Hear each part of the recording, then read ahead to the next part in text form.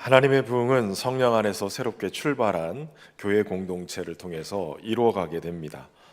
성령님은 부흥의 능력으로 교회와 함께 하시면서 교회 안에 내적인 갈등이나 외적인 박해나 모든 것들을 다 이기고 교회를 통해 부흥을 써내려 가십니다.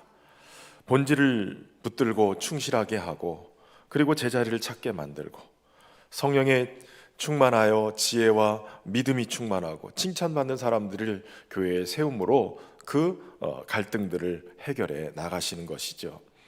그리고 그것으로 인해서 교회는 하나님의 말씀이 점점 왕성해지고 제자들이 많아지고 허다한 제사장의 무리도 이도에 복종하는 것을 통해서 교회가 유대교 중심에서 기독교로 변화하는 것을 만들게 됩니다.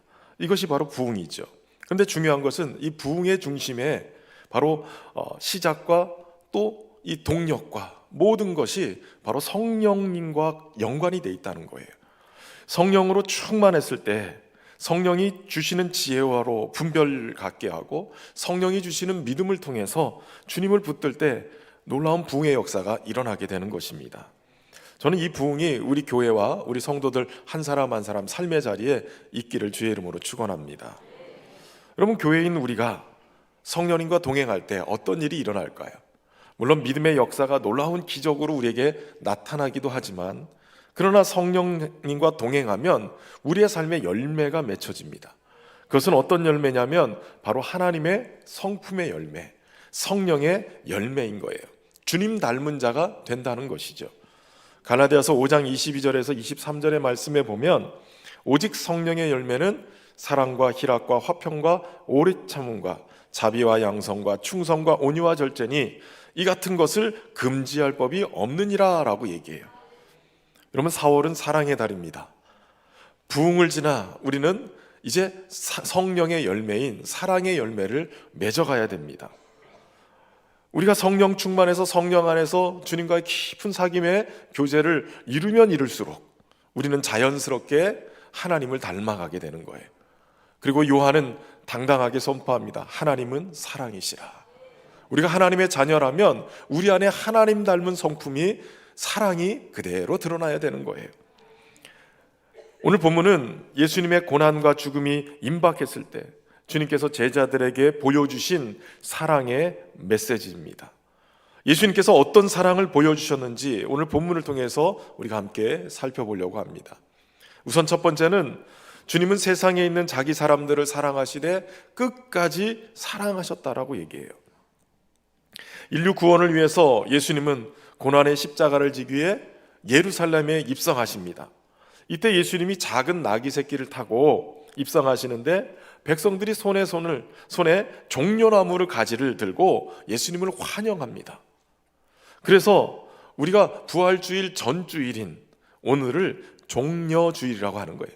어떤 분은 종료주일이라고 생각하는 분들이 있어요. 종려주일에. 여러분, 오늘 본문의 13장 말씀이 있기 바로 12장 12절에서 13절에 이렇게 기록하고 있어요.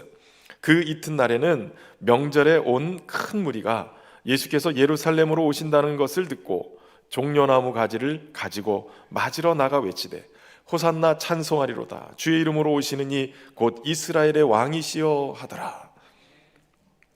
그들은 종려나무 가지를 들고 호산나 찬양하면서 예수님을 맞이했어요.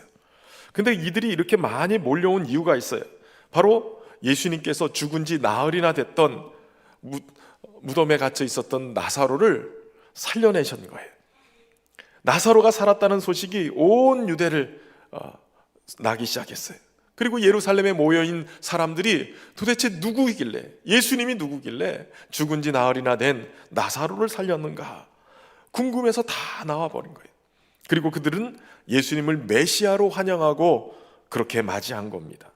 예수님을 메시아로 환영했다라는 것을 알 수 있는 것은 두 가지 때문에 그래요. 그들이 종려나무 가지를 들고 예수님을 맞았다는 것과 또 예수님을 호산나 찬송하리로다. 주의 이름으로 오시는 이 곧 이스라엘의 왕이여 라고 외쳤던 외침에서 알 수 있어요. 여러분, 종려나무는 야작과에 속하는 상록수입니다.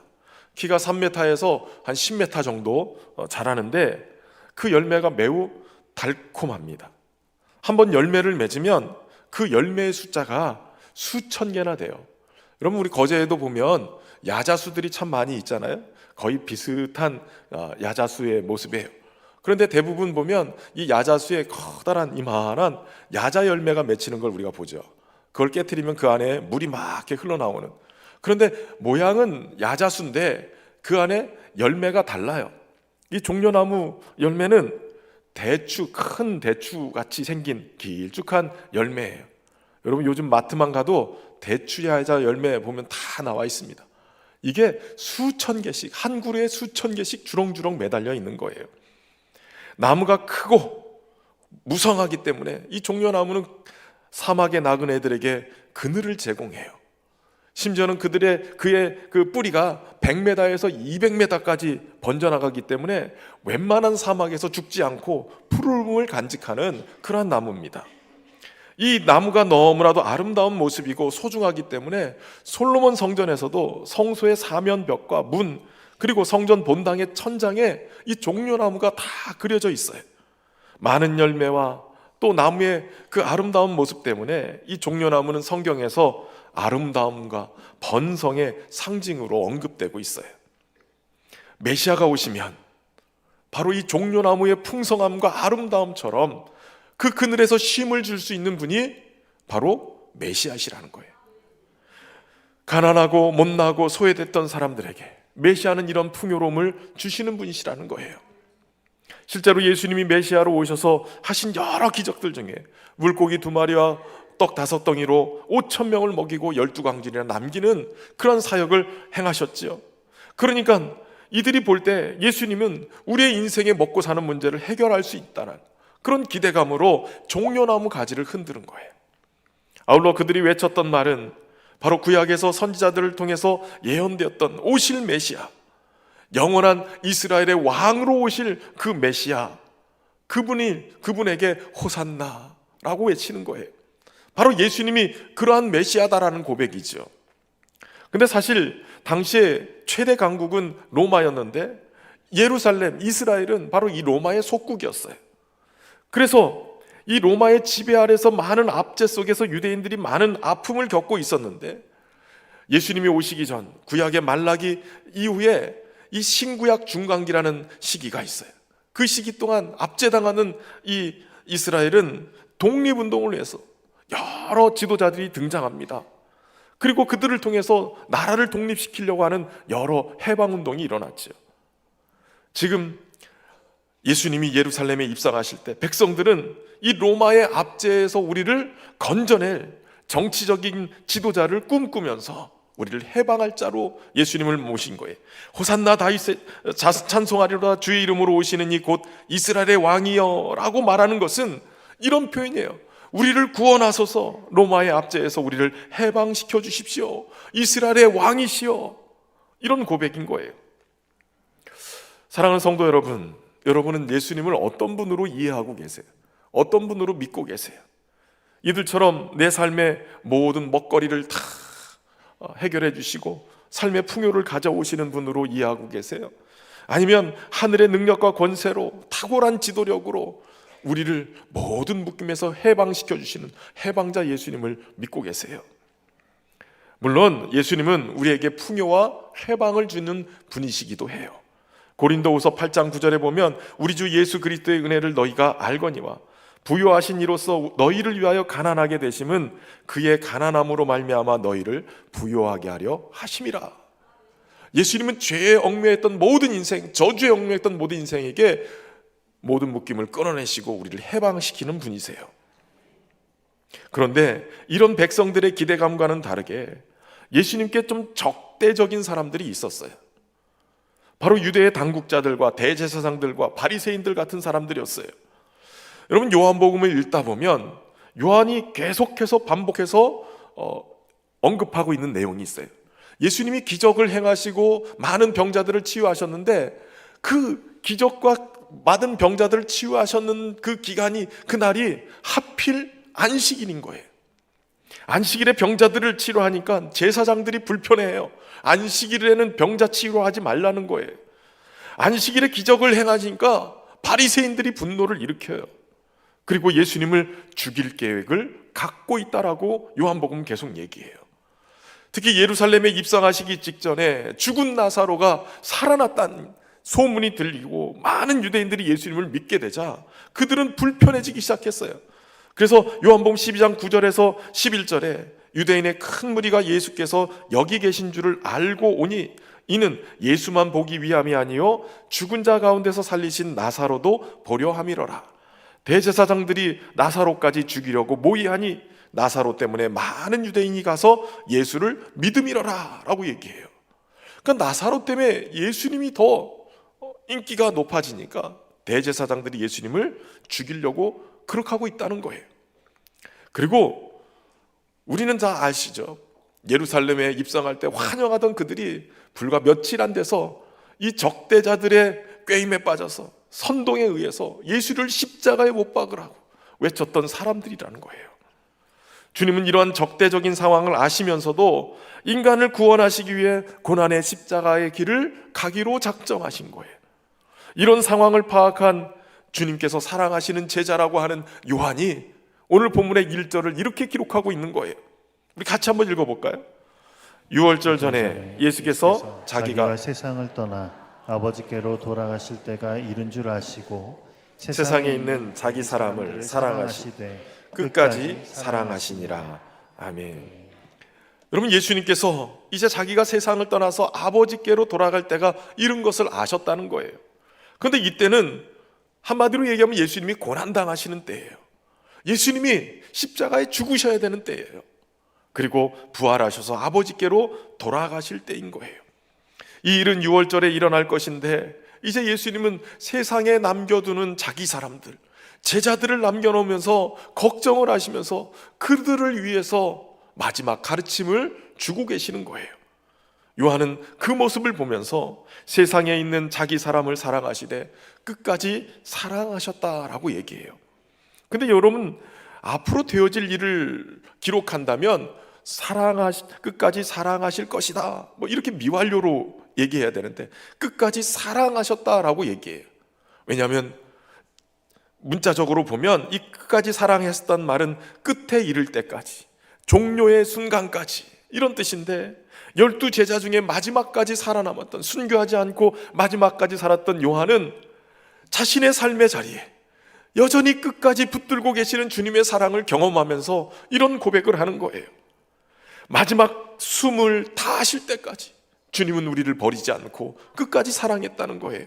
십자가에서 죽으시는 순간까지 주님은 제자들을 버리지 않으셨다는 거예요.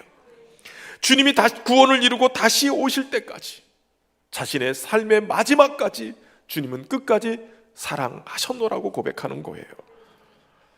십자가의 길을 가시면서도 우리 주님은 자기 사람을 사랑하시되 끝까지 사랑하신 거예요. 사실 예루살렘에 입성하시는 예수님의 모습을 한번 그려보세요. 대부분의 권력자들이나 주권자들은 왕으로, 지도자로, 메시아로 입성할 때 화려한 퍼포먼스를 해요. 들어갈 때 준말을 타고 화려한 깃발을 앞에 세우고 병사들을 탁 이끌고 개선장군처럼 들어가요. 근데 예수님은 자칫 우스꽝스러운 어린 나귀 새끼를 타고 광대처럼 들어가는 거예요. 웃음거리로 전락할 상황임에도 불구하고 주님은 그것을 부끄러워하지 않았어요.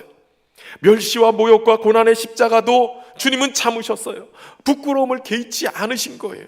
왜냐하면 자기 사람을 사랑하시되 끝까지 사랑하시기 위해서예요.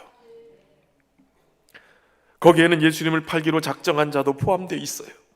예수님의 사랑의 대상에 가룟 유다도 포함되어 있었기 때문에 우리 주님은 끝까지 그에게 다가가셨어요.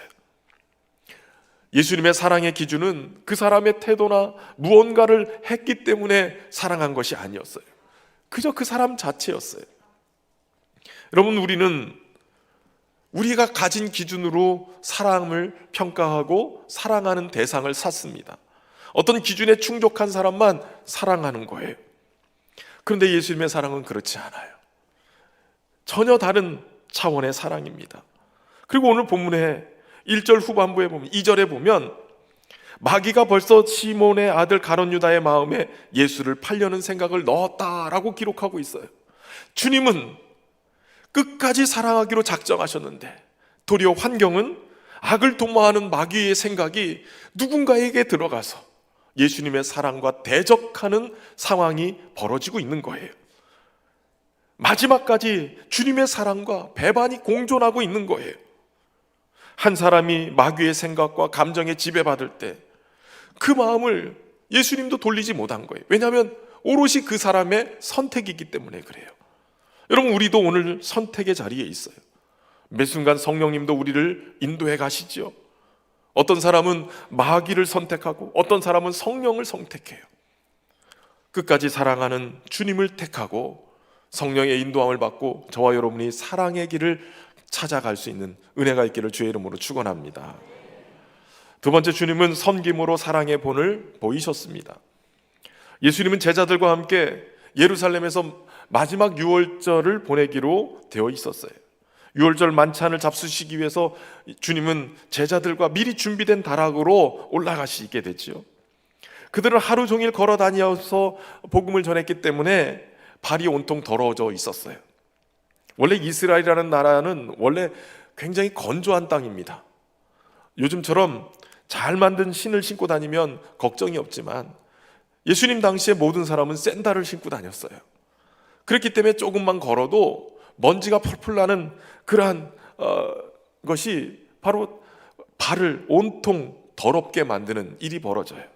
그래서 어느 집에 가든지 집을 들어가기 전에 문간에 언제든지 발을 씻을 수 있도록 물을 담아놓은 돌 항아리가 있는 거예요. 종이 있는 가정은 종이 나와서 손님들의 발을 씻겨줍니다. 만약에 씻겨줄 사람이 없으면 자기가 발을 씻고 들어가는 거예요. 이것이 그들의 전통이고 또 습관이 되어 있는 것이죠. 그런데 지금 예수님과 그들이 유월절 만찬을 먹을 이 다락방에는 식사는 준비되어 있는데 예수님과 제자들을 접대하는 사람이 아무도 없어요. 더러워진 발을 씻어줄 사람이 아무도 없었던 거예요. 그래서 제자들이 서로 씻어주든지 아니면 자기 발을 씻어야 되는데 여기는 아무것도 없는 거예요. 시간이 지나고 음식을 다 먹어가는데도 제자들 중에 단 한 사람도 일어나서 스승된 주님의 발을 씻는다든지 서로의 발을 씻어주는 일이 없는 거예요. 도리어 누가복음 22장에 보면 지금 이 상황을 이렇게 그려주고 있는데 주님이 고난의 십자가의 길을 가실 것을 말씀하시고 성찬도 제정하시면서 자신의 살과 피를 나누는 희생에 대해서 말씀하고 계시는데 제자들은 누가복음 22장 24절에 그들 사이에 그중 누가 크냐 하는 다툼이 난지라라고 얘기하고 있어요. 예수님은 십자가의 길, 고난의 길을 얘기하고 계시는데 제자들은 누가 더 크냐 이러고선 싸우고 있는 거예요. 이때 예수님은 갑자기 자리에서 일어나십니다. 그리고 겉옷을 벗으시고 수건을 가져다가 허리에 두르시고 대야에 물을 떠다가 제자들의 발을 씻기는 거예요. 여러분, 제자들의 발을 씻기는 것, 누군가의 발을 씻기는 건 당시에 노예들이 행했던 가장 천한 일이에요. 그러니까 노예 중에서도 가장 낮은 위치에 있는 노예가 하는 일이에요. 제자들이 큰 충격을 받습니다. 세상에서는 왕이 신하의 발을, 주인이 종의 발을, 선생이 제자의 발을 씻긴다는 것은 상상할 수도 없는 일이죠. 그런데 주님은 세상에 없는 이 놀라운 하늘나라의 진리를 알리기 위해서 충격요법을 쓰신 거예요. 그래서 예수님이 주시는 이 메시지는 너무나도 정확하고 확실하게 제자들에게 각인이 됐을 거예요. 순서가 베드로에게 이르니까 6절에 보니까 베드로가 이르되 주여 주께서 내 발을 씻으시나이까? 라고 묻습니다. 어찌 선생님께서 제자들의 발을 씻을 수 있습니까? 이건 있을 수 없는 일입니다 라는 얘기죠. 그런데 예수님은 베드로에게 주님이 하시는 일을 지금 알지 못하나 후에는 알 것이다 라고 얘기해요. 이 얘기는 무슨 얘기냐면 바로 예수님께서 온 땅을 다스리시게 될 텐데 그 다스림은 그저 위에서 찍어 누르는 권력의 다스림이 아니라 제자의 발을 씻어주는 모습처럼 사랑의 섬김을 통해서 주님의 나라를 통치하시겠다는 얘기예요. 당시에는 깨달을 수 없었으나 그러나 이제는 깨닫게 되는 날이 오게 될 것이라는 거죠. 베드로는 스승이신 예수님이 천한 노예가 하는 그 일을 결코 볼 수 없다면서 내 발을 절대 씻을 수 없을 것입니다 라고 저항하죠. 그런데 예수님은 도리어 8절에 내가 너를 씻어주지 아니하면 내가 나와 상관이 없느니라 라고 얘기하세요. 다른 말로 표현하면 주님이 베드로에게 주님의 섬김을 네가 받지 않으면 너는 나와 상관없다라고 얘기하시는 거예요. 여러분, 우리가 주님의 통치를 받기 위해서는 주님의 섬김을 받아야 돼요. 이게 좀 깨닫기 어려운 의미일 수도 있는데, 여러분, 이런 거예요. 제가 목회를 하면서 경험한 것인데, 가끔 성도들 중에 주일을 몇 번 빠져요. 뭐 여러 개모임도 있고 여러 집안 행사도 있고 그러면서 몇 번 빠져요. 그래서 전화 신방을 하면 한결같이 이분들이 뭐라고 대답하냐면 미안해서 이제 못 나가겠다는 거예요. 몇 번 빠진 게 미안해서 못 나가겠대요. 심지어는 지은 죄가 많아서 죄송해서 하나님께 못 나가겠다는 거예요. 여러분, 그러나 그건 잘못된 거죠. 그렇기 때문에 교회에 나와야 되고, 그렇기 때문에 주님이 필요한 거예요. 주님께서 그런 우리의 죄를 씻기 위해서 오늘도 무릎을 꿇고 우리를 섬겨주시기 때문에 우리가 깨끗함을 입고 주님의 은혜를 입게 되는 거예요. 우리는 때로 하나님을 떠나서 각기 제 길로 가서 죄를 짓고 살아가요. 그러나 주님은 우리의 발을 씻어서 다시 깨끗하게 해서 다시 하나님께로 갈 수 있는 그러한 발이 되게 만드시는 거예요. 때를 따라 돕는 은혜의 보좌로 주님이 우리를 인도해 가시는 거죠. 저와 여러분 모두는 주님의 사랑의 섬김으로 은혜를 받아서 여기까지 오게 된 거예요. 이걸 깨닫는 게 중요한 거예요. 멀어지는 게 아니라 더 가까이 와서 주님, 내 발도 씻어 주십시오. 예배 때마다 주님의 보혈의 은총을 힘입어서 주님, 나를 깨끗게 해 주십시오. 그렇게 주님의 크신 섬김의 사랑을 통해서 저와 여러분이 깨끗함을 입고 주님의 자녀로서의 삶을 살게 될 줄로 믿습니다. 그 사랑 때문에 저와 여러분이 죄사함을 받고 구원의 은혜를 받게 된 거예요. 그리고 주님은 14절부터 15절에 이렇게 하신 이유를 이렇게 설명하고 있어요. 내가 주와 또는 선생이 되어 너희 발을 씻었으니 너희도 서로 발을 씻어주는 것이 옳으니라. 내가 너희에게 행한 것 같이 너희도 행하게 하려 하여 본을 보였노라. 예수님은 섬기기 위해서 이 세상에 오신 거예요. 스승으로 제자를 섬기고 주인으로서 종을 섬겼어요.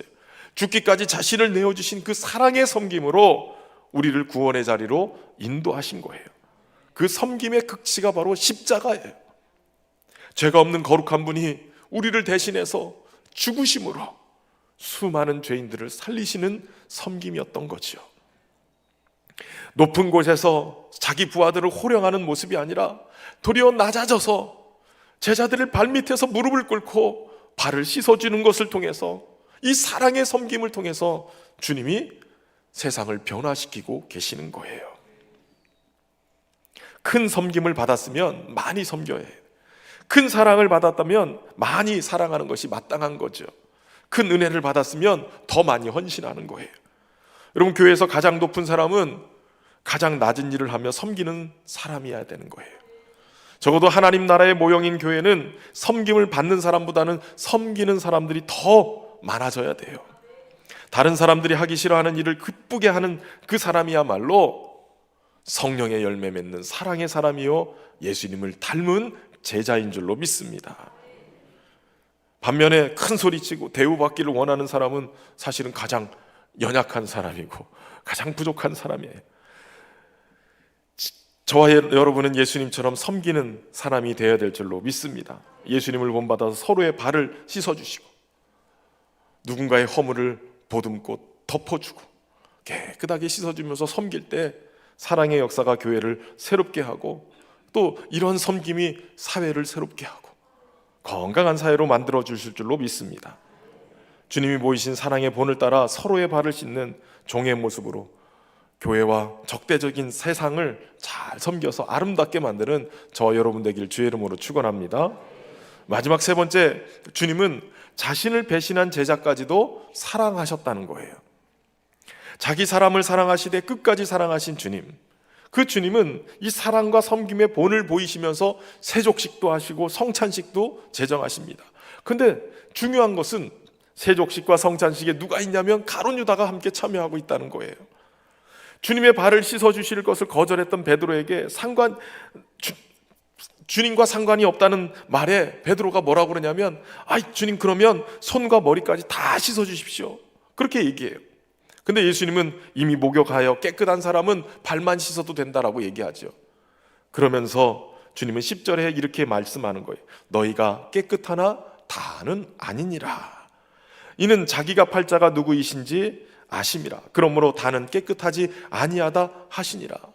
이 말은 뭐예요? 예수님이 지금 세족식을 행하고 또 성찬식을 행하는 그 과정 속에 누가 있냐면 마귀가 그 마음에 예수를 팔 생각을 넣었던 가룟 유다가 있다는 거예요. 이걸 주님이 알고 계셨다는 거예요. 가룟 유다의 발을 씻길 때도 주님은 그의 계획을 알고 계셨어요. 마지막 만찬을 할 때도 자신과 떡을 같이 찍어 먹는 그 자리에 가룟 유다가 뭘 할지 알고 계셨다는 거예요. 저 같으면 발을 씻다가 한번 꼬집어 줄 수도 있을 것 같아요. 저 같으면 떡을 나누다가 야 너는 좀 제끼고 이럴 수도 있을 것 같아요. 그런데 우리 주님은 가룟 유다를 다른 제자와 동일하게 사랑하시는 거예요. 요한복음 2장 25절에는 이렇게 얘기하고 있어요. 또 사람에 대하여 누구의 증언도 받으실 필요가 없었으니 이는 그가 친히 사람의 속에 있는 것을 아셨음이라 라고 얘기해요. 이 말대로 따지면 주님은 가룟 유다뿐만 아니라 주님을 3번이나 부인하고 심지어는 저주까지 하는 제자 베드로도 알고 계셨어요. 주님이 잡히실 때 혼이불을 덮고 자다가 주님이 잡히시는 상황이 되자 벌거벗고 도망간 제자도 있다는 것을 알고 계셨어요.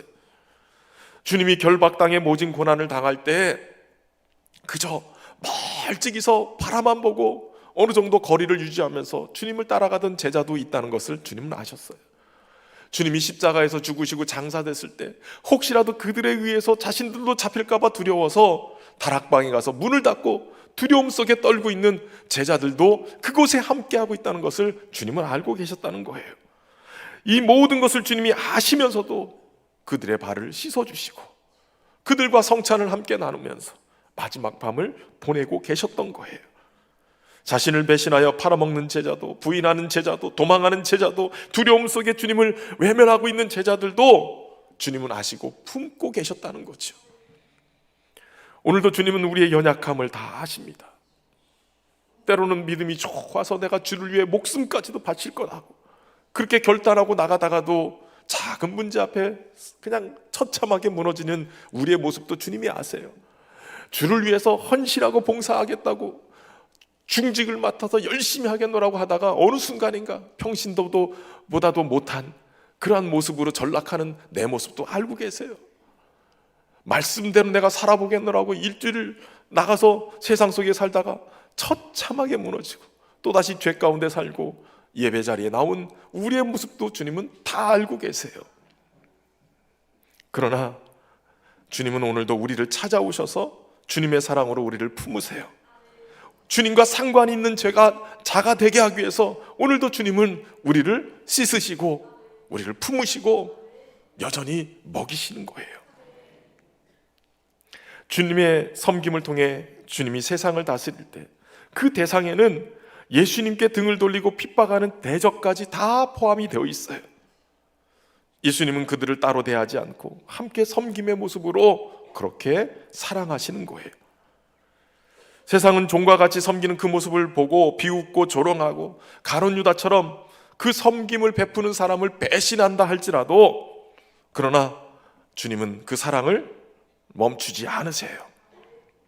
세상의 눈으로는 예수님이 패배자처럼 보이지만 실패자처럼 보이지만 그러나 예수님은 승리자예요. 그 헌신과 사랑, 수고를 누가 알고 계시냐면 하나님이 알고 계세요. 무덤에서 죽으셨지만 그러나 무덤에서 하나님이 그를 부활하셔서 일으켜 세우시는 거예요. 예수님은 자기 사람을 사랑하시되 끝까지 사랑하셨어요. 그 사랑은 끊을 수 없는 사랑이고 그 사랑 때문에 오늘 저와 여러분이 사는 줄로 믿습니다. 국민 배우인 김혜자 씨가 출간한 꽃으로도 때리지 말라라는 책이 있습니다. 이 책에 잭 켈리라는 기자의 체험담이 기록되어 있는데 그가 소말리아에 가서 기근이 매우 심한 마을에 들어갔을 때 한 작은 소년을 발견합니다. 온몸에는 벌레에 물린 채 영양실조에 걸려서 배는 뿔뚝 나와 있는 그런 아이였어요. 머리카락은 빨갛게 변했고 피부는 백세 노인처럼 주름투성이었다는 거예요. 마침 동행했던 사진 기자가 가지고 있던 과일을 이 아이에게 줬다는 거예요. 근데 너무나도 허약해서 그 과일을 들고 있을 힘조차 없어 보였다는 거예요. 그래서 이 사람이 과일을 반으로 잘라서 주었다는 거예요. 그랬더니 소년이 고맙다고 인사를 하고 마을로 천천히 걸어 들어가는 거예요. 기자들이 따라서 가보니까 어느 집안에 이미 죽은 것처럼 보이는 아이가 있었다는 거예요. 이 소년의 동생이었어요. 소년이 동생 곁에 가더니 무릎을 꿇고 손에 쥐고 있던 과일을 한 입 베어서 그것을 씹습니다. 그리고 동생의 입을 벌려서 그것을 입 안에 넣어주고 동생의 턱을 잡고선 입을 오므렸다 벌렸다 하면서 동생이 씹도록 도와주는 거예요. 이 소년이 자기 동생을 위해서 보름 동안이나 그렇게 해온 것을 기자 일행이 나중에 알게 됐어요. 며칠 뒤 이 소년이 영양실조로 죽었습니다. 그러나 이 소년의 동생은 형의 노력에 맞춰서 끝내 살아남았다는 거예요. 형은 동생을 먼저 살피느라고 자신이 죽어가는 것조차 몰랐다는 거죠. 여러분, 예수님은 오늘 우리를 살리기 위해서 끝까지 우리를 사랑하시는 것을 멈추지 않으세요. 그리고 그 사랑을 우리가 붙들 수 있도록 길을 내어주시고 그 사랑의 섬김으로 연약하고 부족하기 그지없는 우리가 주님의 백성이 될 수 있도록 만들어 주신 거예요. 원수까지도 품고 또 사랑할 수 있도록 주님과 상관 있는 자로 살아갈 수 있도록 인도해 가시는 겁니다. 변함없으신 끊을 수 없는 주님의 사랑을 기억하면서 우리가 함께 이 찬양하며 주님 앞에 나가겠습니다.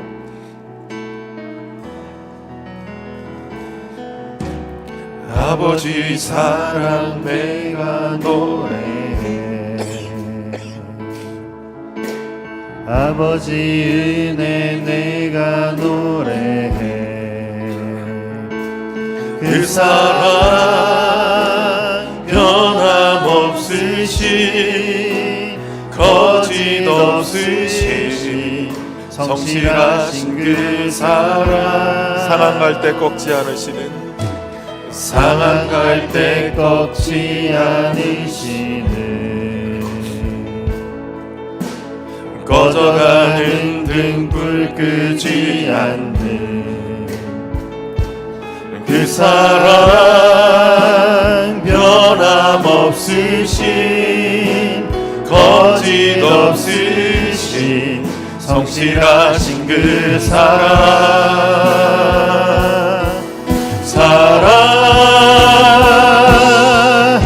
그 사랑 날 위해 죽으신 날 위해 다시 사신 예수 그리스도 다시 오실 그 사랑 죽음도 생명도 천사도 하늘의 어떤 권세도 끊을 수 없는 영원한 그 사랑 예수. 아버지 사랑 내가 노래해, 아버지 사랑 내가 노래해, 아버지 은혜 내가 노래해. 그 사랑 변함없으신 거짓 없으신 성실하신 그 사랑 상한 갈 때 꺾지 않으시는 상한 갈 때 꺾지 않으시는 꺼져가는 등불 끄지 않는 그 사랑 변함없으신 거짓 없으신 성실하신 그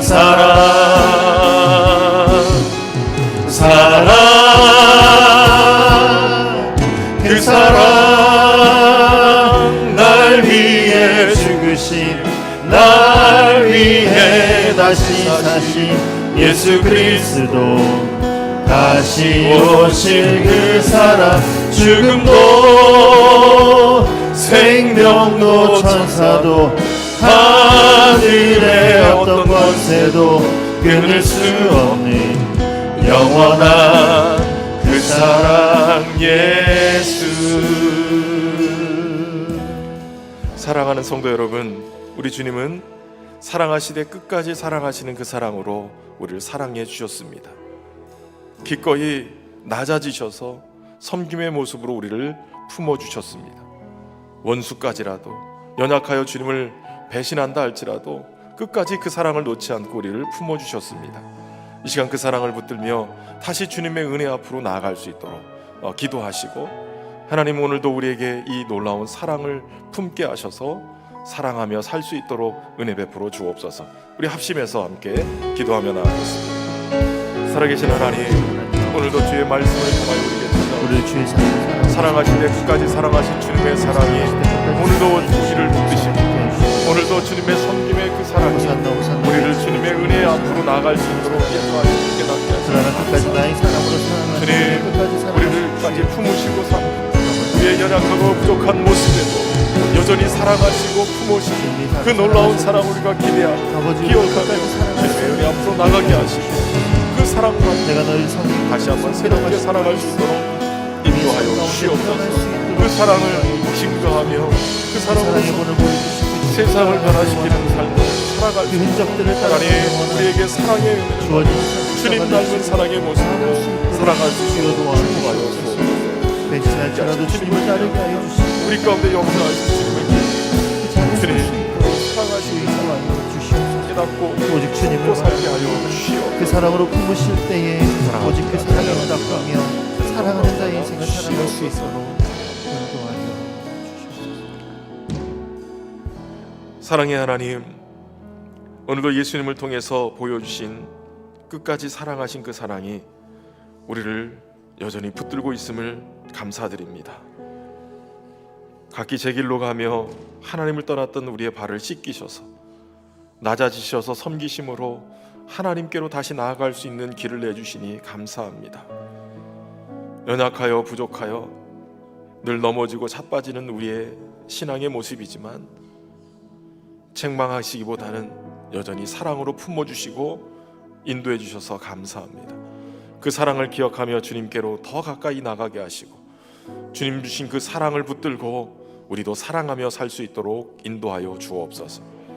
우리 교회가 그 사랑의 교회가 되어져서 모든 성도들이 주님의 사랑을 깊이 경험하며 우리 성도들이 서로의 발을 씻어주는 그 사랑으로 살아갈 수 있도록 축복하여 주옵소서. 예수님의 이름으로 기도하옵나이다.